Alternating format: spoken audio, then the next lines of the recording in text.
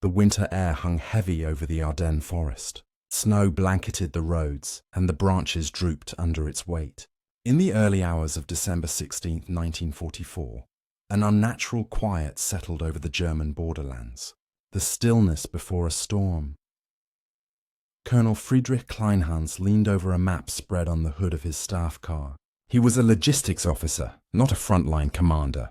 His task was simple in words, impossible in practice: to feed the fuel-hungry beast of the Wehrmacht's last offensive in the West. The operation was called Wacht am Rhein. To the Allies, it would soon be known as the Battle of the Bulge. Adolf Hitler had promised his generals that this counterattack would split the Allied forces and force a negotiated peace. But deep within the supply lines, men like Kleinhans knew another truth. The Third Reich was running on fumes. Every mile of advance depended on captured fuel. Without it, the armoured columns would turn into metal tombs in the snow.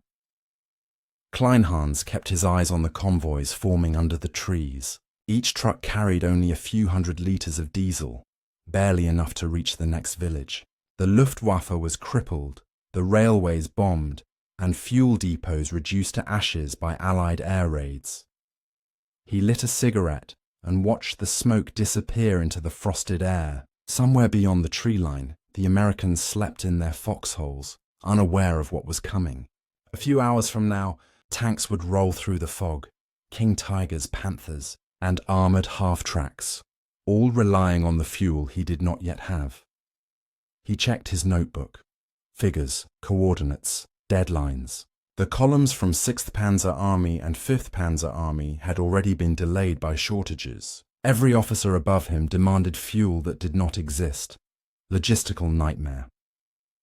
By December 15th, the supply reports were grim. Ammunition was adequate for a week. Food was rationed to half portions. But gasoline, the lifeblood of the mechanized army, was down to its last drops. Every panzer division was ordered to seize Allied fuel dumps intact. Hitler believed the enemy depots would provide enough to sustain the entire offensive. Kleinhans knew how fragile that hope was. Fuel stored under Allied guard was fuel he might never reach. Still, he recorded each plan with military precision. Routes through Eifel villages, bridges over the Aar and Amblev rivers, temporary fuel points marked with chalk symbols, half-empty barrels, half hope. He remembered training days back in Berlin when maps still meant control. Now, the maps mocked him. Each red line was a path to exhaustion. The morning the tanks moved at dawn, the forest trembled with engines. Panzer crews stood in silhouette, their breath turning to mist. Orders were read aloud in hushed tones. This was to be Germany's last great gamble. As the columns began to move, Kleinhans watched the fuel gauges dip. For every mile gained, litres burned away irretrievably. He understood the mathematics of defeat better than most. The enemy could afford waste. Germany could not afford a drop. He sent a dispatch to his superiors. Fuel consumption exceeds projection by 32%. Immediate capture of enemy reserves essential for continuation. The radiostatic replied with a single word: proceed. Human machine. To his men, Kleinhans appeared calm. But inside, he was haunted by the sound of engines consuming what was left of Germany's war. He thought of his brother on the Eastern Front, his letters ending months ago. He thought of Berlin, still lit at night, but dimming fast. He knew this offensive was built on illusion, a fuel illusion, and when fuel runs out, so does hope. He stepped back into his vehicle and looked westward. Somewhere beyond the Ardennes, the Americans kept their supply lines thick and steady. Convoys from Antwerp and Le Havre never stopped. The contrast was cruel. An empire on empty versus an empire overflowing. Kleinhans did not yet know that within days, his men would stumble upon 50,000 gallons of American fuel, abandoned in haste. For a moment, he would believe salvation had arrived, but salvation would turn to realization. The fuel could not save a dying nation. He closed his notebook and murmured, half to himself, "Even fire cannot burn without air." Snow began to fall again, soft and soundless. The forest returned to its breath, and the engines of Germany rolled toward their fate. The fog that morning was thick enough to swallow sound. Even the roar of engines seemed distant, muffled by snow. Colonel Friedrich Kleinhans stood by the roadside, scanning the white horizon with binoculars. His breath hung in the air, fading into the mist. Somewhere ahead, his scouts reported an abandoned American supply point. No enemy contact, no resistance, only rows of barrels. He climbed back into his truck, feeling the tremor of hope ripple through his men. For days, they had run on rationed fuel, stopping every few kilometers to siphon from wrecks. Now, perhaps, salvation was near. The convoy crept forward, wheels crunching through frozen ruts. Fog gave way to outlines, low huts, scattered tents, and a wooden fence half buried in snow.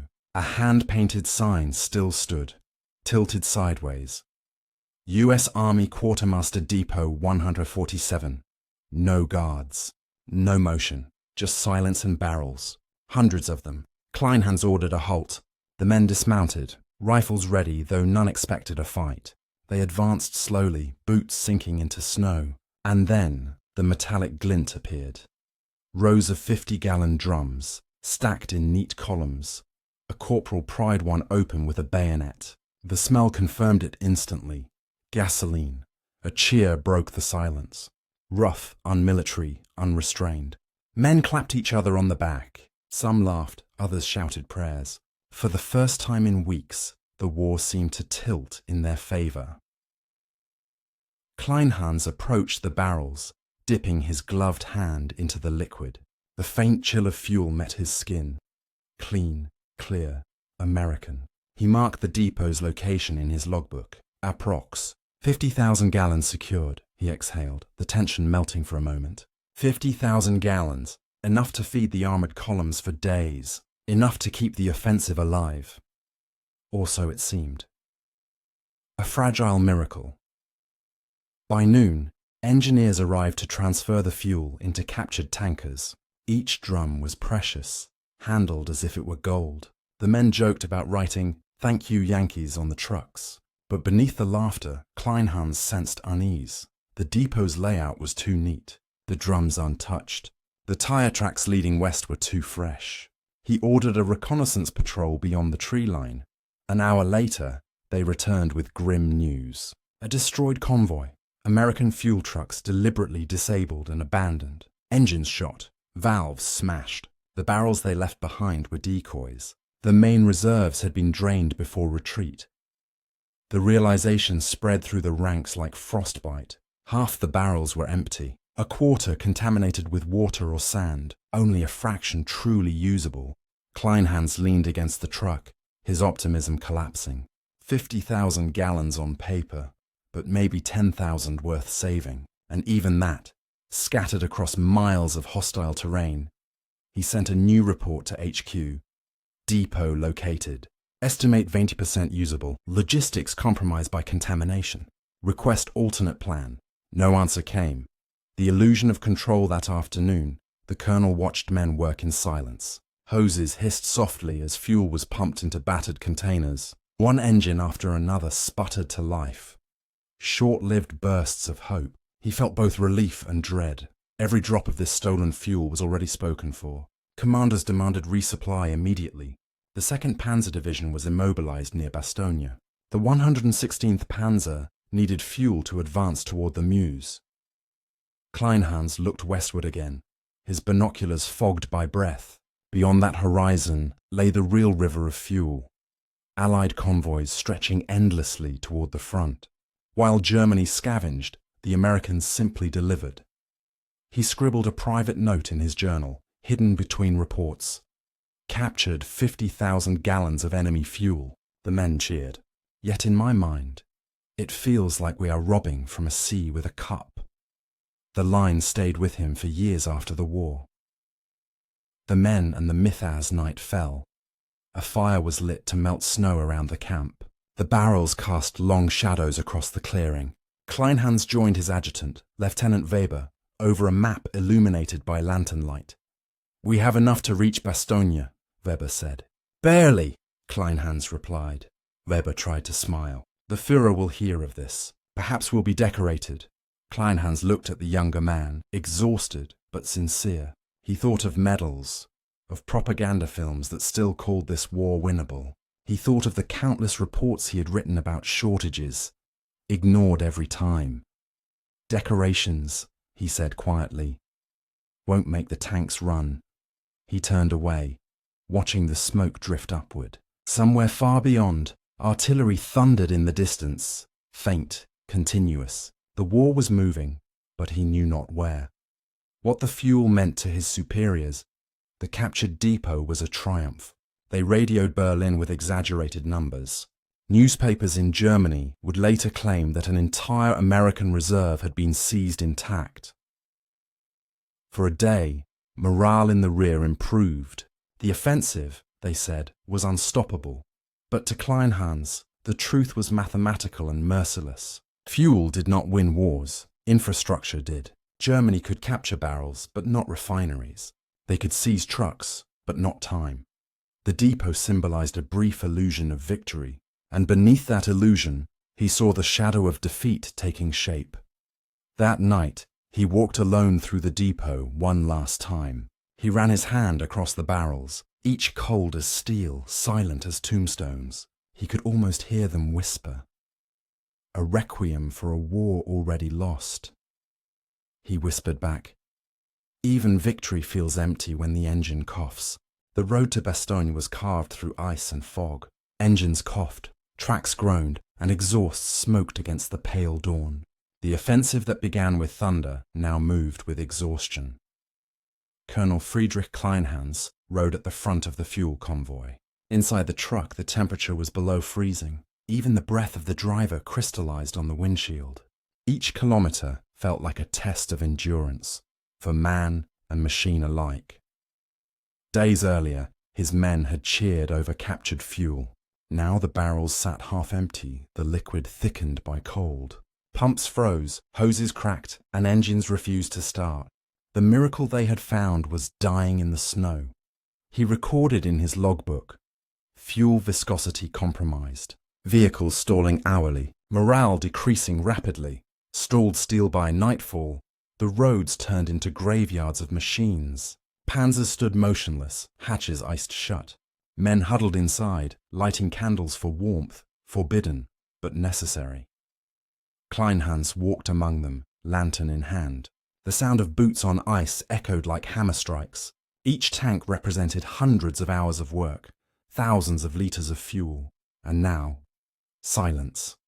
"Colonel," a mechanic called out, pointing at a Panther's open engine bay.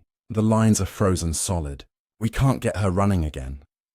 He nodded slowly, too tired to answer. The enemy was not only the Americans, it was the weather, the terrain, and the mathematics of failure. Above them, Allied aircraft were grounded by the same fog. It was the only mercy winter offered, a temporary blindness that shielded both sides. But even blindness could not save a starving army. Men running on nothing rations ran low, fuel lower still. Soldiers tore pages from field manuals to feed small fires. They melted snow for water, traded chocolate for cigarettes. Kleinhans shared his last coffee with his adjutant. "Do you think this will reach Bastogne?" Weber asked quietly. Kleinhans smiled faintly. "If the tanks don't, the stories will." The younger man chuckled, not sure if it was a joke. Behind them, a line of trucks struggled uphill. Engines sputtered, clutched, and died one after another. Each driver tried to restart, shouting prayers through chattering teeth. The sound of engines fading one by one became the rhythm of despair. By midnight, the snow began to fall again. It covered the road, the vehicles, the hope. An entire column disappeared under white silence. The numbers of defeat on. December 19th, Kleinhans received a coded dispatch from HQ. Fuel shortages were critical across all panzer armies. Every captured depot had been smaller than expected. The offensive, once confident, was now bleeding momentum. He studied the numbers until his eyes blurred. If each tank consumed 700 liters per day, and the usable fuel was less than 30,000 gallons. The arithmetic was brutal. At this rate, the armoured spearhead would die within 3 days. The realization hit him harder than any artillery barrage. The war wasn't being lost in the skies or cities. It was being lost in ledgers and liters. He wrote again in his journal, "A modern army dies not from bullets, but from the absence of motion." The frozen deadlock by the third night. The fog lifted, revealing a landscape of immobility. Dozens of German tanks lined the forest road like iron statues. Tracks half buried in snow, barrels pointed toward nowhere. Some crews had walked away, searching for warmth, food, or orders. From a distance, it looked like victory frozen mid-breath, but Kleinhans saw it for what it was. Surrender by exhaustion. He radioed command again, voice trembling from cold. Convoy immobilized, engines frozen. "Recommend fallback or assistance," Static replied. Then silence. He stared at the radio for a long time, knowing what silence meant. Berlin wasn't listening. They couldn't afford to. The human toll one soldier approached, face red from windburn. "Colonel, permission to drain fuel from the trucks for the heaters." Kleinhans hesitated, then nodded. Better warmth than motion. Better to keep men alive than machines running. The soldiers worked quietly, transferring what little fuel remained into small stoves. The air filled with faint fumes, the smell of survival. He sat by one of the fires, watching snowflakes melt on his gloves. Weber handed him a piece of stale bread. They ate in silence, the way men do when words no longer help. Above them, the stars shimmered faintly through the thinning clouds. The same stars, he thought, that guided the Americans now advancing under cover of night. The sound of engines dying. In the distance, an engine coughed one last time and fell quiet. Then another, then another. Kleinhans rose to his feet and listened. The sound of defeat was not gunfire. It was silence after motion, the stillness of machines that would never move again. He looked west once more. He knew the enemy was close, but it didn't matter. Without fuel, there was no army, only men waiting for history to find them. He closed his notebook and wrote the final line of the night. "The offensive has stopped moving. The war will follow." Snow continued to fall, covering the dead tanks in soft, merciful white. In the stillness of the forest, the colonel felt time itself freezing beside them. The morning of December 20th arrived pale and bitter. The fog that had once hidden the German columns was gone. Now the sky stretched open, clear, cruel, and watched. Colonel Friedrich Kleinhans stood beside a disabled Panther tank. Its crew sat nearby, silent, smoking what remained of their rations. From the distance came the faint drone of engines. Not theirs, but the enemy's. American aircraft were returning to the skies. The weather had cleared, and with it, Germany's last advantage vanished. Kleinhans knew what that meant. The Luftwaffe could no longer protect the supply lines. The Allies would see everything, every road, every truck, every drop of stolen fuel. He stared upward at the empty blue, as if the sky itself was giving the verdict. The offensive was over, the fuel had run out, and now so had time. The end of the gamble. By midday, Allied fighter bombers struck the roads. The convoy that had survived snow and silence now faced fire. Trucks burst into flames, turning the white landscape black. Fuel barrels exploded like thunder trapped in steel. Kleinhans and his men took cover in a ditch, the air thick with smoke and snow. He could hear men screaming, engines burning, metal twisting apart. The very fuel they had fought to capture was now their executioner. He pressed his head against the frozen earth, whispering, "This is how the war ends, not by defeat, but by combustion." When the attack subsided, the forest was silent again. But the silence was different now. Not the calm before battle, but the calm after ruin. He stood, brushing frost and ash from his coat. The convoy was gone, half the vehicles destroyed, the rest scattered into the woods like ghosts. The road to Bastogne had become a graveyard of burning fuel. The letter. He never sent. That night, by the flickering light of a lantern, Kleinhans wrote a letter, not a report. Those were for Berlin. This was for his wife, though he would never send it. We have captured the enemy's fuel. We have lost our own. What we take cannot replace what we lack. I see now that wars are not won by courage, but by supply.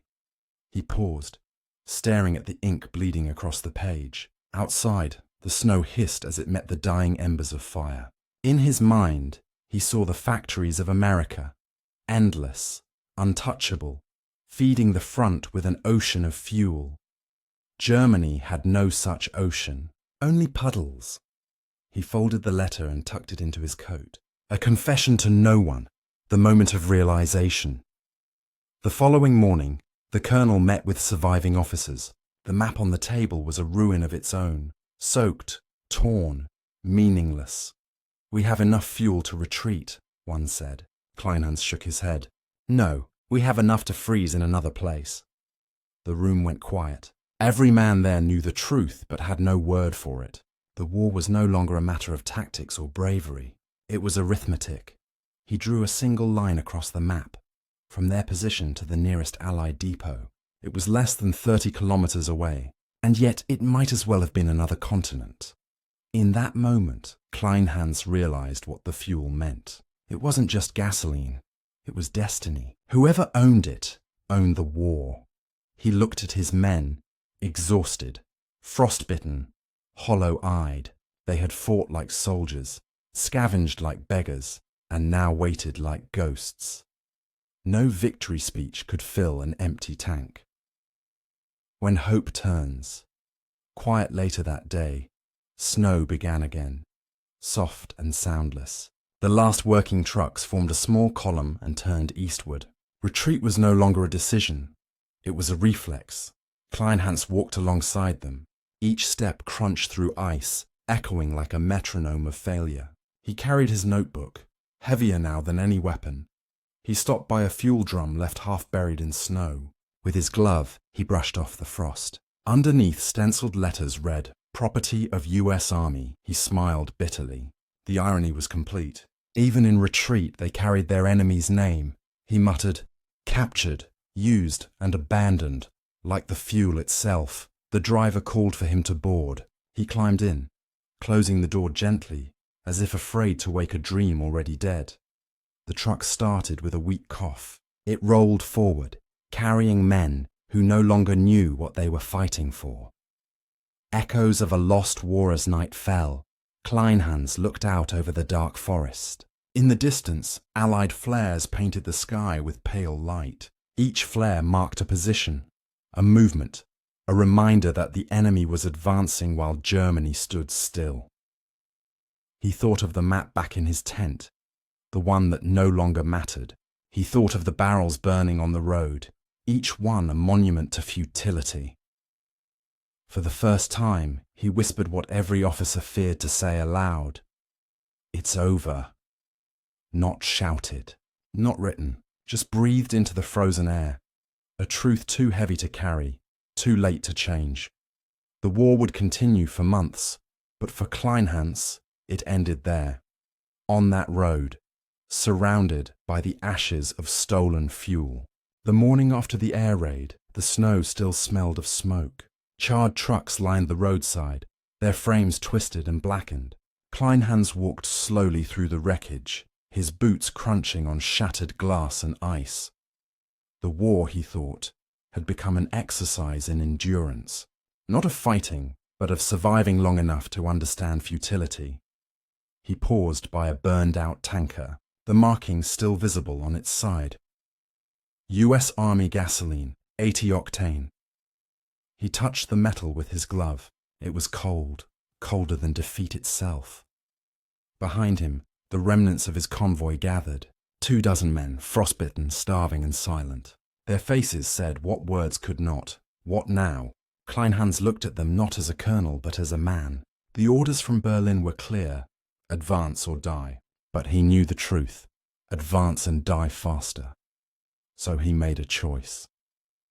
The unspoken decision, he called his officers together in the ruined farmhouse that now served as headquarters. A map lay on the table, dotted with ash and coffee stains. The younger officers stood stiffly, waiting for orders. Kleinhans stared at the map, then folded it in half. "We're not advancing," he said quietly. "Sir?" "We're not going forward," he repeated. "We're going home." The words hung in the air like a forbidden prayer. Retreat without authorization was treason, but to continue meant annihilation, one officer objected. "The Führer ordered Bastogne taken at any cost." Kleinhans met his eyes, steady and cold. "And if the cost is all of us, who will report the victory?" No one answered. In that silence, courage found its truest form, not in attack, but in defiance. Acts of quiet bravery, the men prepared to move under darkness. No headlights, no engines running longer than a whisper. They pushed vehicles downhill to save fuel. They used moonlight as their compass, and silence as their shield. A wounded sergeant struggled to walk, his leg bandaged with torn fabric. Kleinhans gave him his own gloves and coat. "Keep moving," he said. "Berlin doesn't need another name on a list." For every step eastward, they passed wreckage, frozen tanks, abandoned guns, corpses covered by snow. Each one a reminder of orders obeyed too faithfully. He thought of the officers still pushing toward Bastogne, chasing a victory that no longer existed. He whispered to Weber, "Courage isn't shouting Heil victory. Courage is refusing to waste men for a line on a map." The civilians in the snow, near a crossroads, they encountered a family. Belgian civilians fleeing the same war. A mother, 2 children, and an old man pulling a cart. Their faces were grey from hunger, their eyes wide from fear. Weber raised his rifle out of instinct. Kleinhans lowered it with a glance. "Let them pass," he said. He opened one of the few supply crates left, tinned bread and a small bottle of schnapps, and handed it to the mother. She hesitated, unsure whether it was a trick. Then with trembling hands she accepted. For a moment the war receded. There were no uniforms, no enemies, only humans clinging to warmth. Kleinhans watched them disappear into the fog. He murmured, "If there's redemption left in this war, it's not in victory." Bastogne burns in the distance by Christmas Eve. The distant glow of Bastogne was visible across the hills, orange against the night. The battle still raged there, fierce and senseless. From where they stood, it looked almost beautiful, like a city of lanterns. Weber pointed to the horizon. "Shouldn't we help them?" Kleinhans shook his head. "Help who? The dead or the dying?" He turned away. The men followed him without question now. They had stopped fighting for Germany. They were fighting for each other. Each kilometre they retreated. The air grew quieter, but their spirits steadier. Courage, Kleinhans realized, was not loud. It was quiet, patient, and stubborn. Letter to command. From a captured American typewriter, he drafted his final report. Fuel situation unsustainable. Offensive progress halted due to environmental and logistical factors. Unit executing strategic reposition to preserve manpower. Awaiting further directives. He smiled as he typed, every word true, every meaning disguised. The report would sound obedient to Berlin, yet it was his rebellion written in plain sight. He folded the page, sealed it with wax, and handed it to a courier. If intercepted, it would sound bureaucratic. If read carefully, it was an act of mercy. The last fire. That night, the men gathered in a circle around a small fire. No speeches, no songs, just silence and the occasional crackle of burning wood. Weber passed around a flask. "To the fuel we never had," he said softly. "To the lives we still do," Kleinhans replied. The snow reflected the firelight, painting their faces gold for a moment. In that fleeting glow, they were no longer soldiers of a collapsing empire, but men who chose life over orders. The weight of survival. When dawn came, the column moved again. Fewer trucks, fewer men, but still together. They followed back roads, through forests and villages, avoiding patrols. Every day was a small victory measured not in ground gained, but in men saved. Kleinhans walked beside the last truck, his steps slow but steady. For the first time in weeks, he didn't feel defeated. He felt responsible, and that felt heavier than any defeat could. He opened his notebook and wrote the simplest line yet. I did not win the war. I kept them alive. The snow no longer fell softly. It came sideways now, whipped by freezing wind. Each flake stung like a needle against the skin. The men no longer marched. They trudged. Every step was an argument against surrender. Colonel Friedrich Kleinhans walked among them, his breath heavy, his boots soaked through. The cold gnawed through fabric, through resolve, through memory. But they kept moving east, because stopping meant dying. Their fuel was nearly gone. Their food even less, and yet something still pushed them forward. Not orders, not patriotism, but will. He no longer carried maps. The war had erased the lines. Now the only map was the horizon, white, endless, and merciless. The measure of survival each morning began the same: silence, breath, frost. The men rose from makeshift shelters of canvas and broken branches. They thawed ice with their hands to drink, chewed snow when the bottles froze. A few muttered prayers, others simply stared. Kleinhans made rounds quietly, checking each man like a father. He gave his last biscuits to a young private whose lips had turned blue. The boy tried to refuse. Kleinhans forced it into his hand. Eat, he said. You're still needed. The boy nodded, though neither believed it. Behind them, the front collapsed in chaos, roads jammed with vehicles, horses, civilians, all moving eastward in a frozen procession of defeat. But within this small column, order remained. Not military order, human order. Letters in the snow webber found a satchel dropped on the road. American mailbags burst open. Letters spilled across the snow, their ink smudged and edges frozen. He handed one to Kleinhans. It was written in English, addressed to Helen, New Jersey. The colonel couldn't read all of it, but a few words stood out. Miss you. Stay warm. Victory soon. He folded it gently and tucked it into his pocket, not as a trophy, but as a reminder that somewhere the world was still warm. He thought of his wife again, of Berlin under blackouts, of the letter he'd never sent. The contrast cut deeper than the cold ever could. The road of the lost the next day brought fog again, thick, heavy, almost kind. It hid the dead from sight. Men who couldn't continue simply sat down beside trees and didn't rise again. Kleinhans stopped each time, checking pulses, marking locations in his notebook. He refused to call them casualties. He wrote rested beside each name. By the 10th entry, his handwriting had begun to tremble, not from sorrow, but from frozen fingers. The younger soldiers began to hum to keep rhythm, a low tune that rose and fell with the wind. The sound kept them together, a fragile thread in a world unraveling. An encounter on the road on the 5th day of retreat. They crossed paths with another German unit, remnants of an infantry battalion, leaderless and desperate. Their commander was a boy no older than 20, his face pale and hollow.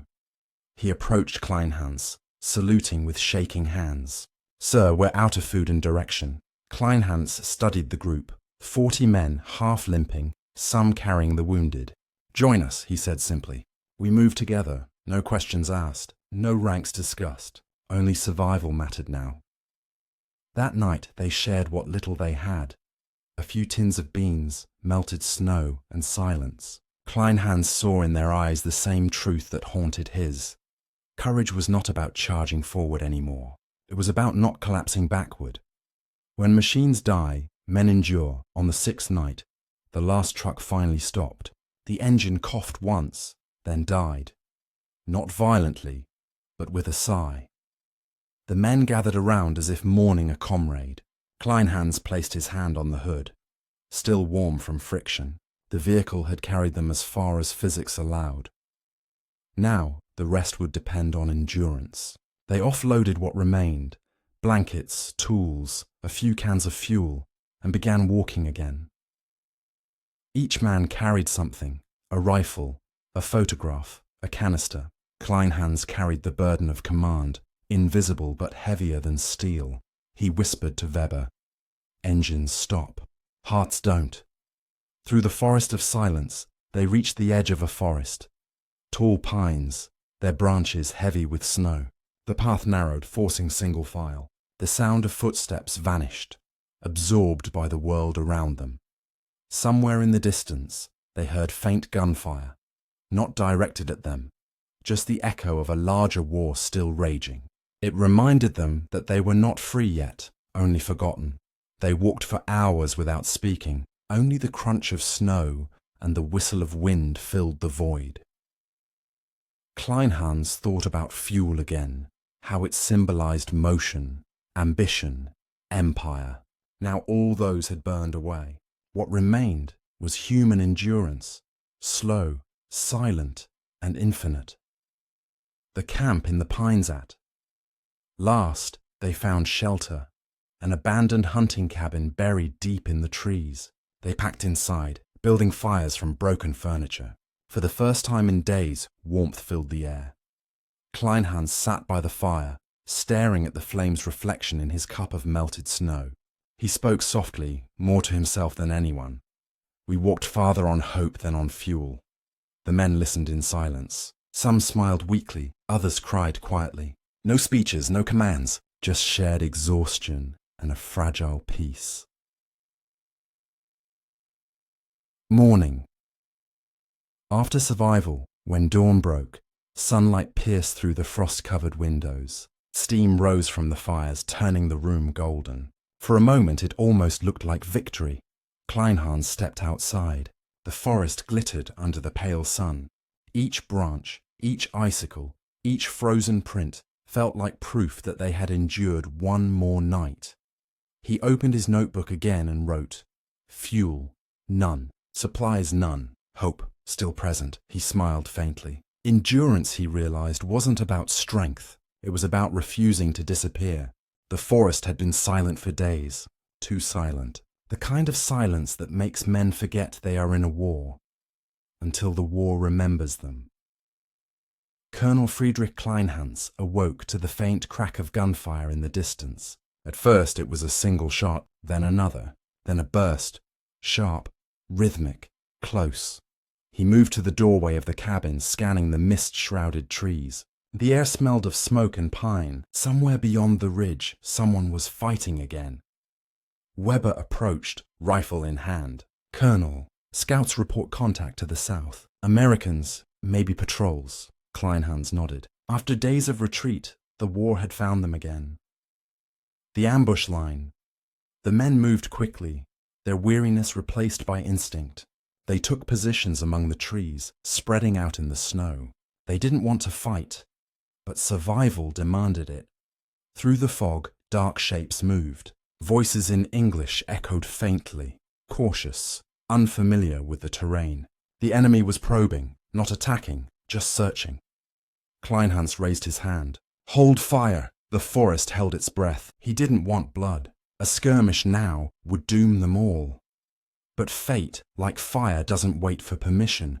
A nervous soldier, a teenager from Cologne, fired first. The shot cracked through the cold air like glass breaking. Then chaos answered. Chaos in the pines. The Americans opened up instantly, their rifles flashing through the mist. Bullets tore through branches and bark, splintering wood above the men's heads. Kleinhans ducked behind a fallen log, shouting, "Hold position! Don't waste ammunition!" The battle was blind. Neither side could see the other clearly. Just flashes, echoes, and screams. Snow erupted where bullets struck. Pine needles rained down like ash. Weber crawled beside him, face streaked with dirt. "They're flanking from the east." Kleinhans took a deep breath. Not of courage, but of resignation. Then we buy time. No more. He grabbed his rifle, unused for weeks, and fired a single measured shot. It wasn't accuracy that mattered anymore. It was rhythm. To remind his men that they weren't abandoned. Minutes that felt like hours. The skirmish lasted 20 minutes. It felt like 20 hours. When the gunfire stopped, the forest fell eerily quiet again. The Americans had pulled back, regrouping or reconsidering. The snow muffled everything, even pain. Kleinhans looked around. Two of his men lay motionless. one still breathing, frost forming on his lips. He knelt beside him. The soldier's eyes fluttered open. "Colonel, did we win?" Kleinhans hesitated, then answered softly, "You're still alive. That's enough." The man smiled faintly before closing his eyes again. For the last time. Orders in the ashes. When the skirmish ended, the colonel gathered his remaining men inside the cabin. They were pale, shaking, low on ammunition. He knew another patrol would come soon, larger, better supplied. He spread out the map again. Their position was untenable.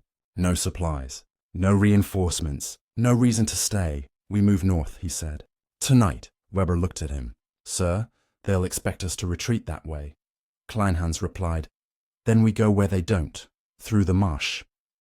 A murmur of disbelief filled the room. The marshes were freezing, treacherous, and nearly impassable in winter.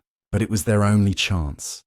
"Better cold than captured," he said simply, and with that, the decision was made. The march of smoke as night fell. They began to move. The forest glowed faintly with embers from burned trees. The smell of gunpowder clung to their coats. Each man carried what little ammunition remained.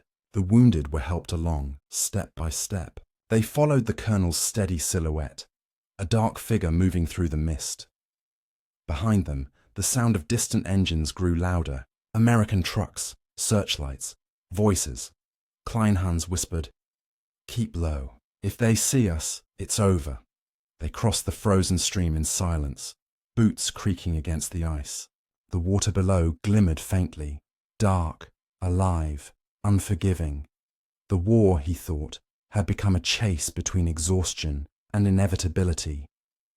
The cost of retaliation. Hours later, they reached the marsh.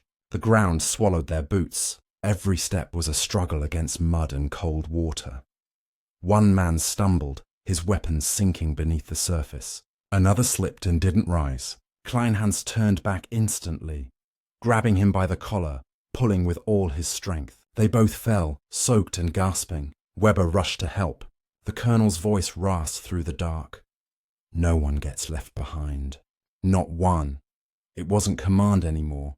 It was a vow. They dragged the man out, half conscious, shivering. He whispered thanks, his breath fogging in the night. They kept moving. Not fast, not far, just moving. After the fire by dawn, the sky had turned pale grey. The forest behind them was gone, consumed by smoke and silence. The trap had been escaped, but the war had followed them still. Kleinhans looked back one last time. The flames rising between the trees looked almost beautiful, almost holy. He thought of all the fuel that had started this war, and how now it ended in fire again, he whispered quietly. What began with gasoline ends with smoke. Then he turned north, leading his men toward the frozen horizon once more. The sky began to lighten.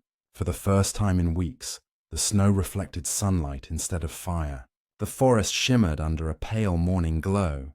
It looked peaceful, deceptively peaceful.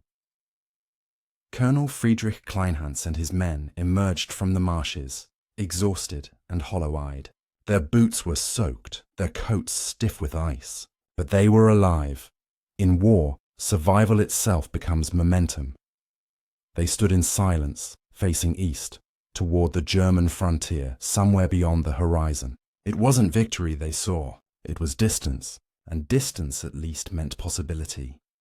The line that moved backward maps had lost their meaning long ago. Front lines shifted daily, drawn and erased by powers beyond them. But rumour said the German border was only 40 kilometers ahead. Kleinhans refused to hope, but he also refused to stop. 40 kilometers, he told his men. That's one more day. In truth, it was 3. The roads were gone, bridges destroyed, villages reduced to ash. They moved through backwoods and fields, guided by broken compasses and instinct. Every kilometer carried the weight of the entire war. Each breath, a negotiation with exhaustion. Remnants of the offensive, they passed through what had once been a battlefield. Burned-out panzers lay half buried in snow, their cannons aimed at nothing. Helmets, Crates and rifles littered the ground like forgotten relics of an empire's last breath. Weber stopped beside a wrecked Tiger tank. The iron monster looked indestructible, but its armor was peeled open like tin. He whispered, "This was ours once." Kleinhans replied, "So was everything behind us." They kept walking. No one spoke again for hours. A sign in the snow. That evening, a scout returned from the ridge ahead. He carried a piece of metal, a road sign half buried in frost. It read, "Prüm, 9 kilometers." A murmur rippled through the group. They were inside Germany again. Home, if that word still had meaning. Some men cried quietly. Others simply stared at the sign, as if it were proof that their suffering had coordinates. Kleinhans didn't smile. He only nodded once. Then we keep going until the numbers stop. The kindness of strangers, a small farmhouse near the border. They found an elderly couple still living among the ruins. The man wore an old uniform from the Great War. The woman served them soup, made from turnips and melted snow. Kleinhans tried to offer payment. The man refused. "You've paid enough," he said. The soldiers ate slowly, savouring warmth more than taste. For the first time, laughter returned. Faint, hesitant, but real. When they left, the woman pressed a scarf into Kleinhans's hands. "For your wife," she said gently. He hesitated, then took it. He would never deliver it, but the gesture warmed him more than any fire. Momentum restored. By the second night, the snow had softened. The men began to move faster, the thought of home propelling them forward. Even their footsteps sounded lighter. Weber walked beside the colonel. "Do you think they'll call us deserters?" Kleinhans glanced at him. "They can call us anything they like, but they can't call us dead." Weber smiled faintly. For once, the silence that followed wasn't heavy. Momentum had returned, not from orders or fuel, but from the simple instinct to keep living. The bridge to nowhere, near midnight. They reached the ruins of a bridge crossing a frozen river. Half of it still stood, the rest collapsed into ice. Beyond it lay the border, and perhaps safety. Kleinhans studied the structure with weary eyes. "It will hold," he said, though he wasn't sure. One by one the men crossed. The planks creaked, the ropes groaned, ice cracked beneath their boots. Every sound felt like fate holding its breath. When Kleinhans crossed last, the bridge finally gave way, collapsing behind him with a thunderous crack. Snow and wood splashed into the dark water below. No one looked back. The frontier, on the other side. They saw the faint glimmer of village lights. German lights, dim and flickering through the mist.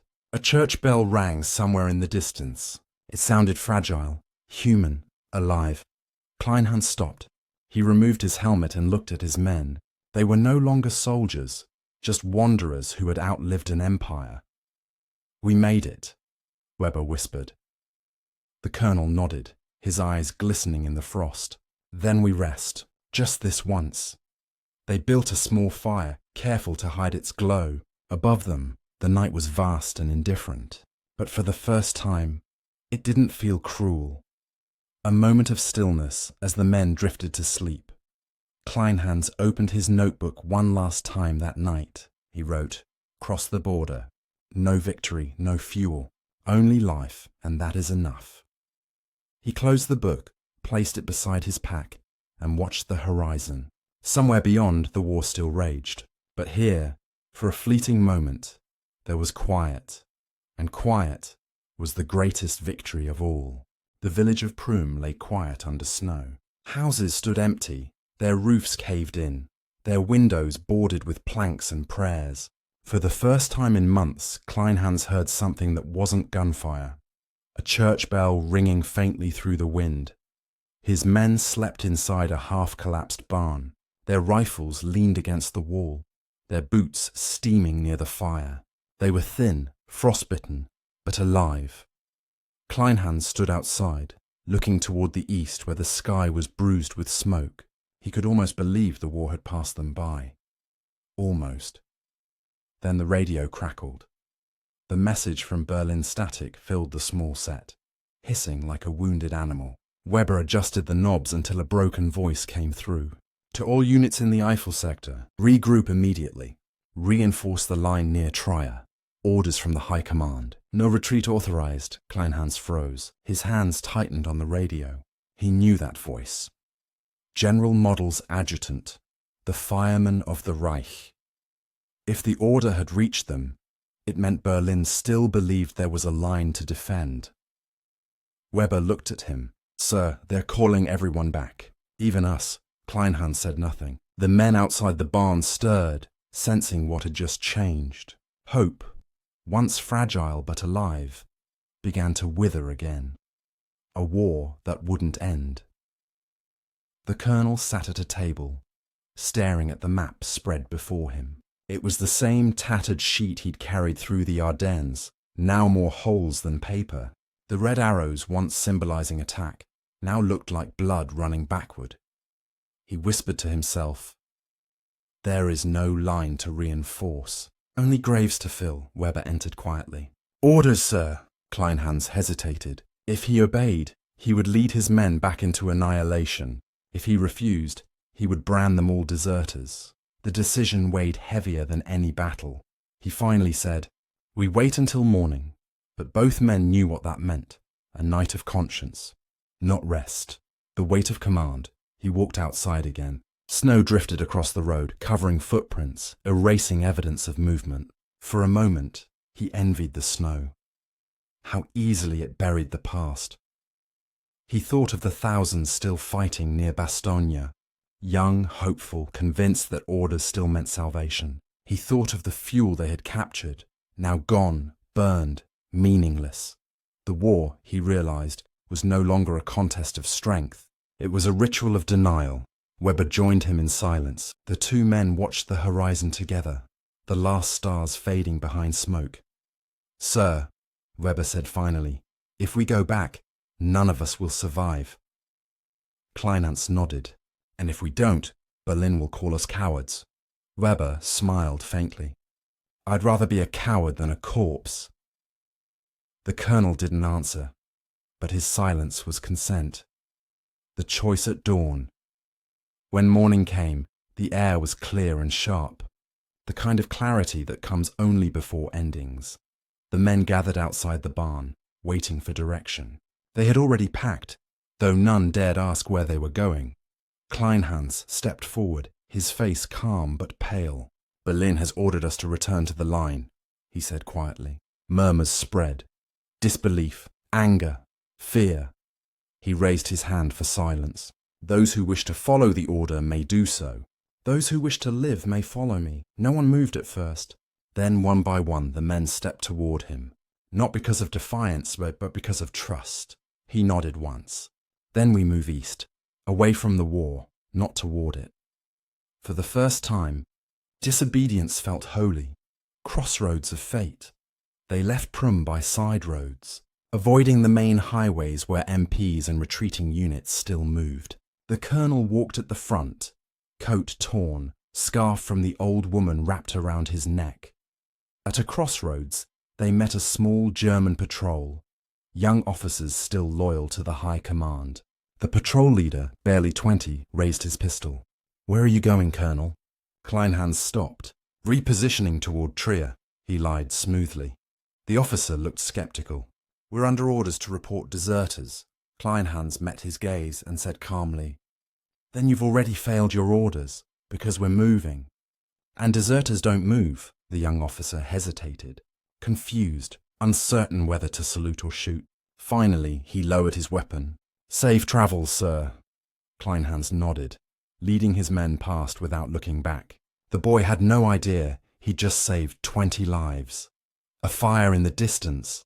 That evening, from the ridge behind them, they saw smoke rising again, thick and black, the direction of Trier.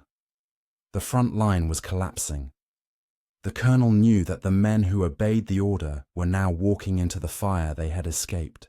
He closed his eyes and whispered, "Forgive me for disobeying, and forgive them for believing." For the first time, he felt both shame and peace. the twin faces of conscience in war. The final march. The road ahead was empty, but the world felt lighter. They were no longer soldiers of the Reich. They were survivors of themselves. Each step eastward was not retreat, it was release. Each breath, not duty, but mercy. Weber walked beside him, saying softly, "Sir, what will you do after the war?" Kleinhans looked toward the horizon. "Learn to live without orders." The last note in his journal that night, by a dying fire, he opened his notebook one last time. The pages were nearly full, ink smudged, edges burned, but intact. He wrote slowly, his hand shaking from cold and memory. "I disobeyed. I preserved 20 men. I have no medals to show, no victory to report. Only the truth. That obedience built this war, and disobedience ended it." He closed the book and tucked it beneath his coat. Above him, snow began to fall again. Gentle this time, almost kind. The sound was soft, like the world forgiving itself. The snow had stopped falling. For the first time in weeks, the sky was clear. A dull, cold blue stretching endlessly above them. The forest that once roared with engines and gunfire now lay silent. Only wind and memory. Colonel Friedrich Kleinhans stood by the remains of a farmhouse, staring toward the eastern hills. Somewhere beyond them lay the Rhine, and beyond that, a Germany he no longer recognized. Behind him, the survivors prepared what little breakfast they could. Thin soup, boiled snow, and silence. They had no orders now, no front to reach, no enemy to fight, just time, slow, fragile, and heavy. For the first time, they were not soldiers. They were witnesses. The last transmission. The radio still worked, though barely. Its static filled the air like the ghost of a voice refusing to die. Weber sat beside it, adjusting the dials. Then, faintly, a broadcast came through, British this time, smooth and distant. Ardennes front collapsing. German forces in full retreat. Allied units report capture of fuel depots near Bastogne. Victory within sight. The men listened in silence. No one cursed. No one argued. They simply nodded, each in his own acceptance. Kleinhans turned away, walking outside. The news didn't surprise him. He had known this outcome since the first barrel of fuel ran dry. What stung wasn't defeat. It was the quietness of it. Wars, he thought, don't end with explosions. They end with silence. Return to the Rhine. They marched again. Not toward orders, but toward home. The road wound through valleys and frozen villages, where chimneys smoked faintly from surviving homes.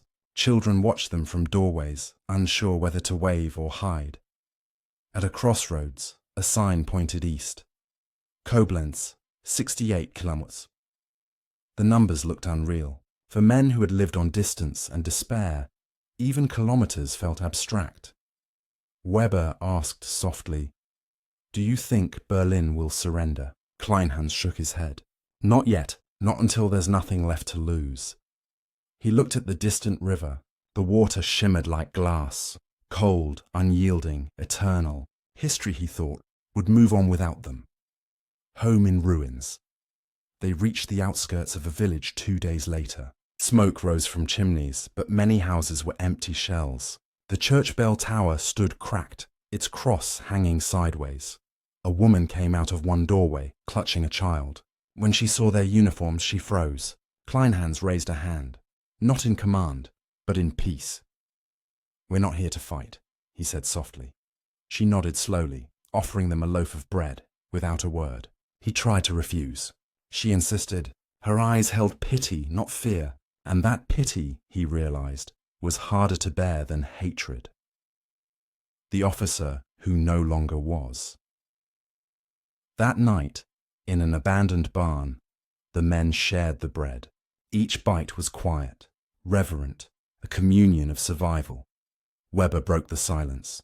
"What will you do now, Colonel?" Kleinhans looked at his hands, scarred, frostbitten, trembling slightly. He smiled faintly. "I think I'll stop being one." The title that had once defined him now felt like an artifact from another life. The Reich, the ranks, the orders, all gone. What remained was something simpler and far more difficult, being human again. A river between worlds. The next morning, they reached the Rhine. The river was half frozen, the current slow but certain. Across the water, smoke rose from Allied columns. Tanks, trucks, engineers building bridges.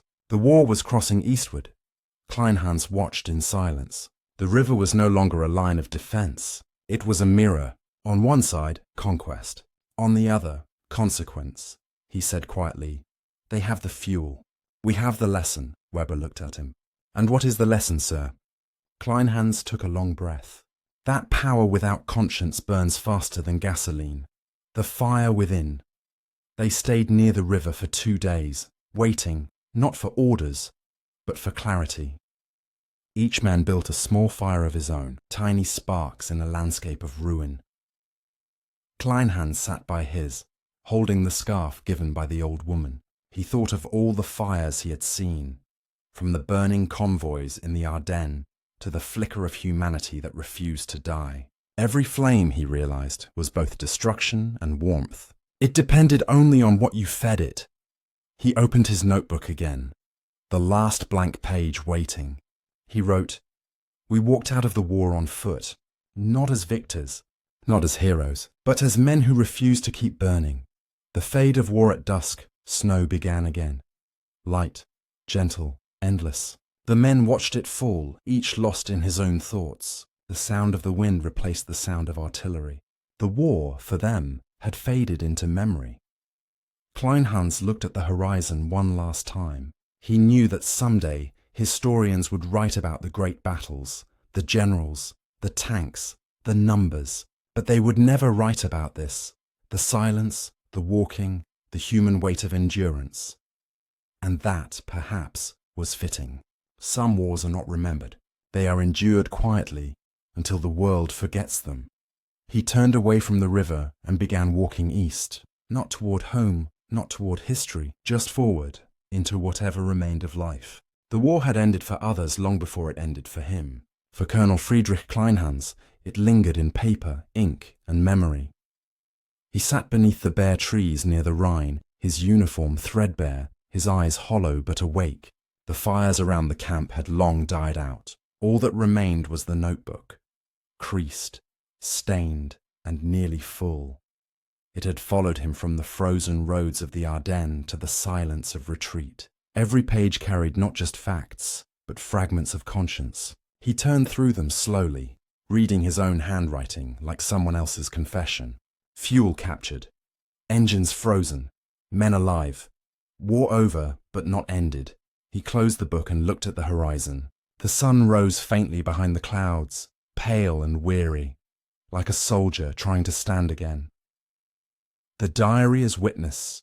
The notebook was no longer a record of logistics. It had become something else, a witness. Each line spoke not of victory, but of understanding. He realized he had chronicled not the fall of an army, but the awakening of a man. He thought of how it began. Orders, ambition, belief. How simple it had all seemed on paper, and how complex it became once people started dying for it. He wrote again, hand trembling from cold. "History will not read this, but if it does, let it know that we were not monsters. We were men inside a machine too large to stop." He paused, then added quietly, "The machine ran out of fuel, but the men, we ran out of reasons." Ghosts in the snow, as he wrote. A shape moved through the fog. Weber, carrying a kettle of melted snow. He set it down beside the colonel and sat. Neither spoke for a while. Finally, Weber asked, "What are you writing?" "An obituary," Kleinhans replied. "For who?" "For everything." Weber smiled faintly, tired but sincere. "You still believe someone will read it?" Kleinhans looked at him, then at the pages. "Someone must, even if that someone is the wind." The two men sat in silence again. The air smelled of pine and frost, clean, empty, honest. It was the first peace either of them had ever known. Echoes of command. Later that day, they met a wandering group of surrendered soldiers heading west toward Allied camps. Their leader, a former major, recognized Kleinhans by rank and saluted. "Sir, we're turning ourselves in. The Americans are taking prisoners near Remagen." Kleinhans nodded slowly. "Go. They'll treat you better than the winter will." The man hesitated. "Will you come?" Kleinhans shook his head. "I'm not ready to surrender twice." The younger officer didn't understand. He saluted again and led his men away. Weber watched them disappear into the snow. "Sir, they'll be fed. They'll live." "Yes," Kleinhans said quietly. "But they'll go back to being soldiers." The weight of understanding. That night, he opened the notebook once more. He tore out several pages, the ones filled with statistics and fuel reports, and fed them into the fire. The flames flickered, consuming the evidence of duty and replacing it with warmth. He kept only the entries that spoke truth, the ones about hunger, fear, mercy. "The war did not make us brave," he wrote. "It made us tired enough to see." The simplicity of the sentence made him stop. He underlined it twice. It felt like the closest thing to a final report. "The gift of the notebook before dawn," he called Weber over. The young man approached, eyes red from sleeplessness. Kleinhans handed him the notebook. "Take this," he said. "It's yours now." Weber shook his head. "No, sir. It belongs to you." The colonel smiled faintly. "It never did. It belongs to whoever remembers." Weber hesitated, then accepted it. He looked down at the worn cover, at the ink stains and fingerprints that marked months of endurance. He asked softly, "What should I do with it?" "Keep it," Kleinhans said. "And if anyone asks what we fought for, show them the empty pages." A morning without orders. When the sun rose, it was quiet again. The river glistened like glass, and birds, the first they'd heard in months, sang from the branches. Kleinhans stood for a long moment, listening. No radios, no engines, no shouts. Only life, cautious but returning. He realized then that history would move on without names like his. No statues, no headlines, no medals. Just a man who walked away when walking away was all that was left to do. He whispered, "That's enough." And for the first time, it was. The final reflection, as they prepared to leave, Weber turned one last time. He looked at the colonel, now smaller, quieter, more human than ever. "What will you do now?" Kleinhans smiled, eyes on the horizon. "I think I'll start again, without ranks, without sides." Weber nodded, clutching the notebook close. And together they walked away from the river, footprints fading behind them, toward a future undefined but alive. The war ended officially in May 1945, but for many, it had ended long before the signatures and ceremonies. It ended in snow, silence, and surrender of the soul. The notebook of Colonel Friedrich Kleinhans survived, carried across rivers, through ruined cities, through decades. It was not a document of strategy or victory. It was the quiet record of a man who stopped believing in fuel and started believing in mercy.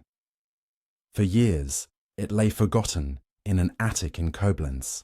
Dust settled over it like snow once did on tanks, until, decades later, it was found again, by a grandson sorting through his family's belongings.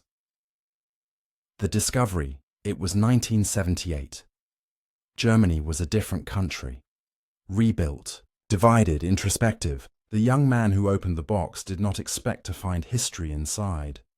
Among medals, letters, and faded photographs, he found the notebook, leather cracked, pages yellowed, writing still legible. The first line read, "Fuel captured." The last, "We refuse to keep burning." He read in silence for hours. Each page painted not war but weariness, not glory but grace. He turned to the back cover and saw a name written faintly in pencil, F. Kleinhans, December 1944. His hands trembled. The name matched the one his grandmother had whispered about. The relative who walked out of the war. From soldier to story historians would later verify the diary's authenticity. It matched troop movements, supply logs, and radio dispatches from the 5th Panzer Army. But it offered something no archive could: emotion. The diary described what statistics could not measure: the exhaustion of duty, the quiet heroism of restraint, the cost of obedience. One historian wrote, "Kleinhans was not a famous officer, but his silence may have been louder than any general's speech."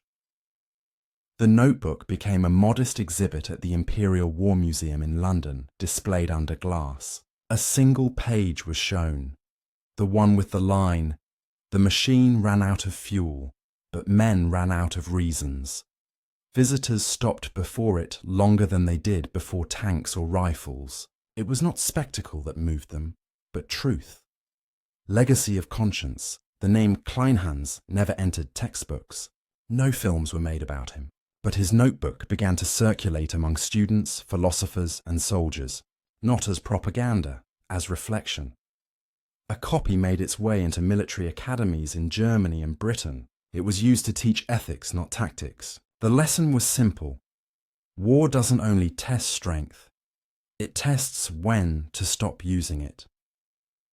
One British officer wrote in his margins, "In every generation, someone must refuse." The quote, uncredited, began to appear in classrooms, memorials, and essays. The notebook had become something larger than memory. It had become conscience. A family remembered in 1982, Weber, now an old man, visited the museum quietly. He stood before the glass case, reading the words he had once carried through snow. His reflection merged with the glass, a living ghost beside his younger self. He whispered, "You were right, sir." Someone remembered. He placed a single pine branch beneath the display. No medals, no wreaths, just a token from the forest where they had once survived. For a moment, it felt like the war was finally over, not in the world, but in him. The last few decades after his death, Kleinhans's name remains absent from monuments, but his words endure, quiet, persistent, like a low flame in the dark. Modern historians call his story "The War That Ended in a Notebook." Students still quote his final line in essays about ethics and humanity. Every year someone writes it anew, in new wars, new languages, new hearts. We refuse to keep burning. In a world still building machines faster than meaning, his message lingers, that fuel is power, but conscience is endurance. That colonel who captured 50,000 gallons of enemy fuel had given the world something rarer. A record of what happens when a man stops fighting for victory and starts fighting for understanding. Closing silence at the museum. The lights dim every evening at closing hour. Visitors move on, footsteps echoing softly down marble halls. But the notebook remains under quiet glass, its ink fading slower than history. If one listens closely, beneath the hum of the air vents, it almost sounds like turning pages, a whisper of the past reminding the living. War's end. Humanity must continue, and so it does.